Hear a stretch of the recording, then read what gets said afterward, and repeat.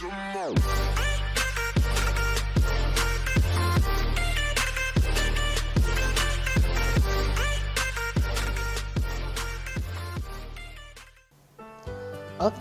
halo anak-anak. Jadi kita kembali lagi dengan video pertama. Ini video pertama untuk materi-materi kimia di kelas 11 ya. Jadi untuk materi kimia di kelas 11 kita akan mulai dengan namanya materi hidrokarbon. Nah, untuk hidrokarbon itu sendiri pun nanti akan dibagi menjadi beberapa video ya. Yang pertama, kita akan membahas dulu dong.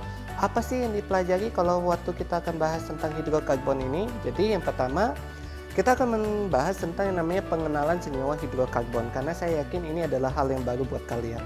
Kedua, kita akan membahas yang namanya kekasan atom karbon. Apa sih yang menjadi ciri unik dari atom karbon gitu ya. Ketiga, kita akan membahas tentang jenis atom karbon dalam senyawa hidrokarbon. Lalu kita akan mengelompokkan senyawa hidrokarbon dan melakukan tata namanya. Habis itu kita akan bahas tentang yang namanya isomer, lalu reaksi pada senyawa hidrokarbon. Oke, kita akan mulai dengan yang pertama. Jadi di video ini kita akan bahas yang namanya pengenalan senyawa hidrokarbon dan kekasan atom karbon. Oke, kita mulai yuk. Kalau kamu lihat gambar-gambar di atas, ini gambar-gambar apa ya? Pertama, gambar makanan. Kedua, di restoran ada makanan, ada kayu, ada meja, ada kursi. Kemudian ada alam juga, ada pohon-pohonan. Ada apa lagi itu ya? Ada pepohonan, ada daun, batang tumbuhan gitu ya. Nah, sekarang dapat nggak sih kamu menyebutkan hal-hal yang mengandung senyawa hidrokarbon pada gambar-gambar di atas? Nah, mungkin sekarang kamu belum bisa menyebutkannya, tapi nanti setelah belajar tentang hidrokarbon, harusnya kamu akan mulai bisa menyebutkan banyak sekali barang-barang yang sudah disebutkan atau terlihat di gambar di atas yang mengandung yang namanya senyawa hidrokarbon. Oke, nah lalu apa sih senyawa hidrokarbon itu? Jadi senyawa hidrokarbon itu adalah namanya hidrokarbon. Artinya hidro itu berasal dari kata hidrogen, dan karbon. Jadi di sini senyawa hidrokarbon itu adalah senyawa yang mengandung unsur karbon dan hidrogen. Hidrogen dan karbon. Oke. Nah, kemudian sekarang kita akan bahas karbon. Karbon itu ada dua jenis loh. Dua jenis itu berdasarkan karbon yang ditemukan di mana gitu ya. Kalau karbon-karbon yang ditemukan di zat organik atau yang bisa ditemukan di di makhluk hidup, maka kita sebut dengan karbon organik. Tapi ada juga karbon anorganik, misalnya apa? Oksida karbon, batu kapur, batu karbit, soda kue. Nah, itu kan sebenarnya tidak ditemukan secara besar di makhluk hidup, tetapi biasanya ditemukan di bumi ini. Nah, itu disebut dengan kimia anorganik.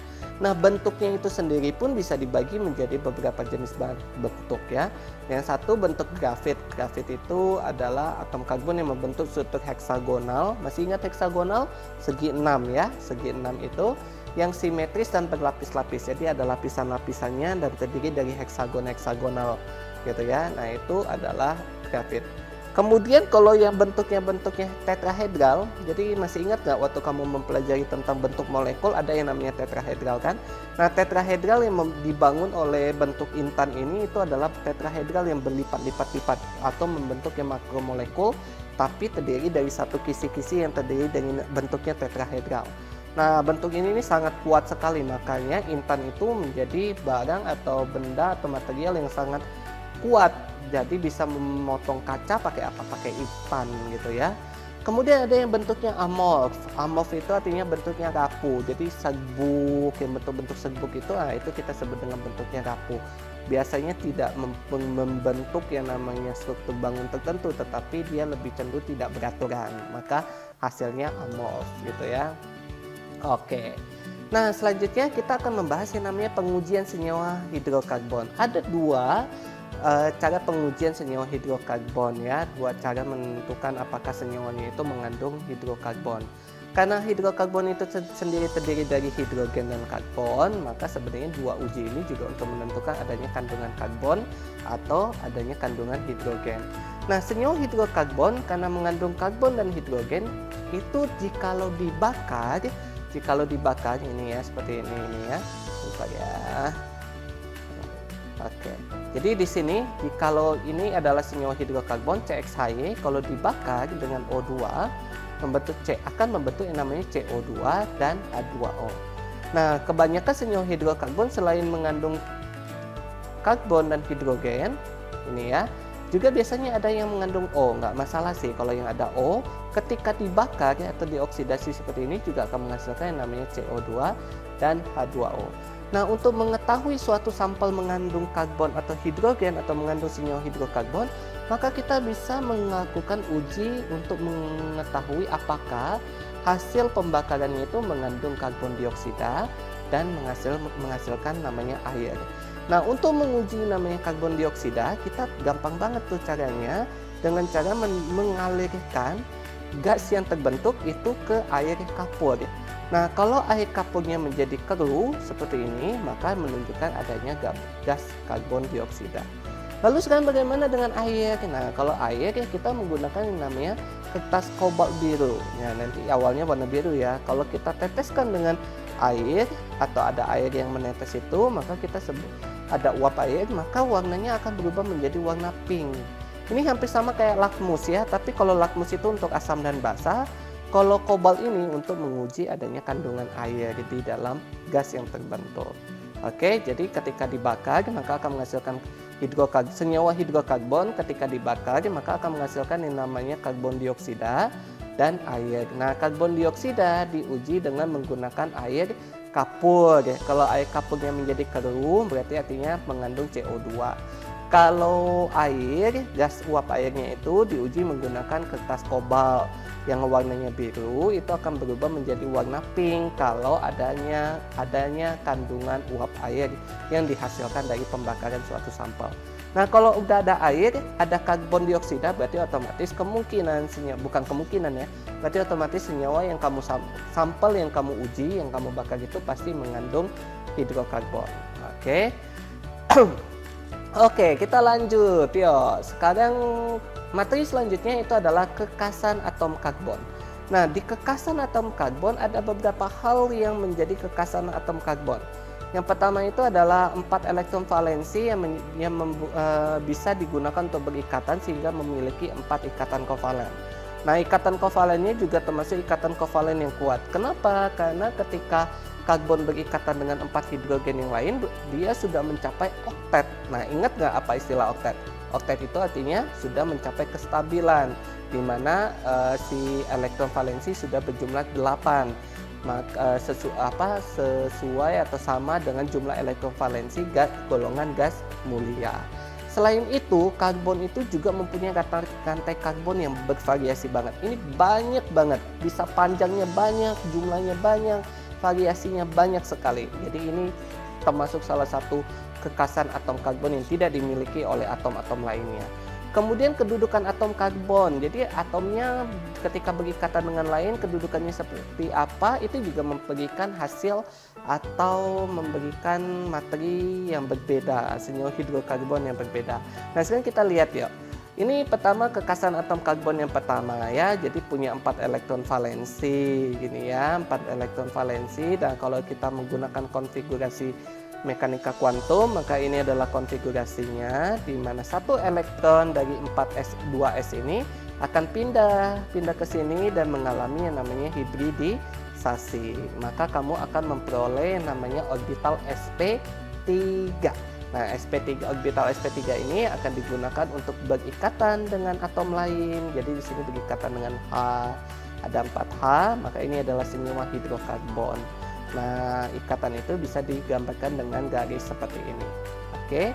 Nah, ini adalah salah satunya. Jadi, ini adalah cikal bakal dari banyaknya variasi yang ditemukan untuk senyawa hidrokarbon. Punya 4 elektron valensi atau bisa secara sederhana bisa dikatakan 4 tangan yang bisa berikatan dengan atom-atom lainnya. Oke, selanjutnya sekarang variasinya nih. Nah, variasi yang pertama yang bisa terbentuk itu adalah jenis ikatannya. Ini adalah ikatan tunggal sp3. Ada juga ikatan, bukan yang ini ya, ini salah nih, ini tanda panahnya. Harusnya yang di sini ya. Nah, yang di sini itu adalah sp2 sp3 ya. Sorry, bukan. Betul, ini betul ternyata. Ini betul, cuma kita mau perhatikan lebih fokusnya ke sini. Jadi di sini ada ikatan ganda. Kemudian ada juga ikatan triple bond atau rangkap 3. Nah, itu sudah berbeda. Tunggal, ganda, triple udah berbeda senyawanya. Tuh, satu variasi ya. Kemudian berikutnya, nah coba perhatikan di sini tunggal nih karbonnya, bisa banyak berbentuk rantai. Rantainya bisa membentuk yang melingkar seperti ini. Nah ini juga variasi yang kedua. Jadi ada yang rantai terbuka, ini kita sebut dengan rantai terbuka, ini rantai tertutup atau namanya siklis. Kalau ini namanya alifatik. Jadi alifatik ada siklis gitu ya. Nah waktu siklis seperti ini pun ternyata di siklis ada yang punya ikatan rangkap selang-seling seperti ini. Nah selang-seling seperti ini kita sebut dengan senyawa aromatik. Jadi di siklis ada aromatik, ada yang tidak aromatik. Loh udah banyak lagi kan. Rantainya terbuka, rantai tertutup. Tertutup dibagi jadi dua, rantai tertutup biasa dengan rantai tertutup yang aromatik. Tuh udah lagi kan variasinya ya. Oke, jadi ini ya rantai tertutup, siklis, dan rantai tertutup yang aromatik. Nah, aromatik itu biasanya mengikuti hukum Kekulé namanya. Nah, itu adalah 2n+1. 2n+1. Maksudnya apa? Jadi n-nya itu menyatakan jumlah cincin. Jadi ini cincinnya satu lingkaran, maka 2 kali 1, 2 tambah 1, 3. Jadi terdapat 3 ikatan rangkap yang selang-seling atau istilah kimianya tuh terkonjugasi. Nah ini adalah ciri dari senyawa aromatik ya. Nah, tahu nggak sih ini namanya apa? Ada yang tahu nggak? Kalau nggak tahu namanya apa, coba dicari tahu ya. Coba dicari tahu. Tapi nggak apa-apa deh, saya beritahu aja. Ini namanya benzen ya, benzen yang bentuknya heksagonal. Oke. Selanjutnya posisi karbonnya itu juga menentukan loh. Coba lihat ini karbon ini disebut dengan karbon primer. Kenapa? Karena hanya mengikat satu karbon lainnya. Kalau karbon yang ini disebut dengan karbon sekunder. Kenapa? Karena mengikat dua karbon, 1 dan 2.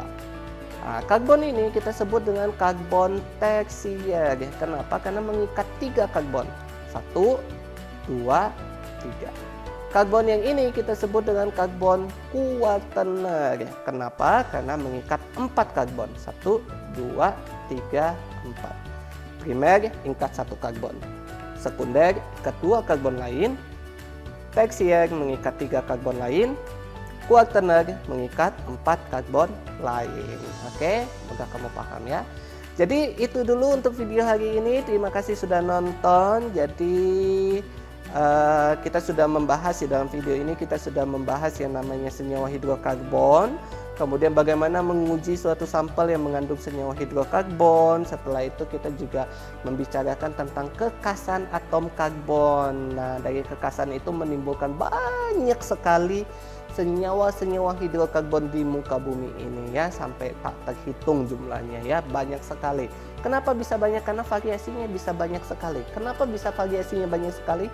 Cikal bakalnya itu berasal dari 4 elektron valensi yang dimiliki oleh karbon yang bisa membentuk ikatan kovalen yang sangat kuat dan ikatan kovalen yang beragam. Oke, terima kasih sudah menonton video ini. Semoga kamu bisa paham dan membantu kamu dalam pelajaran kimia kelas 11 kamu ya. Nah, kalau kamu ada pertanyaan silakan leave your comment di bawah video ini. Oke, nanti akan saya jawab kalau saya membaca pertanyaan-pertanyaan kamu. Oke, terima kasih. Sampai jumpa lagi di video berikutnya. Bye.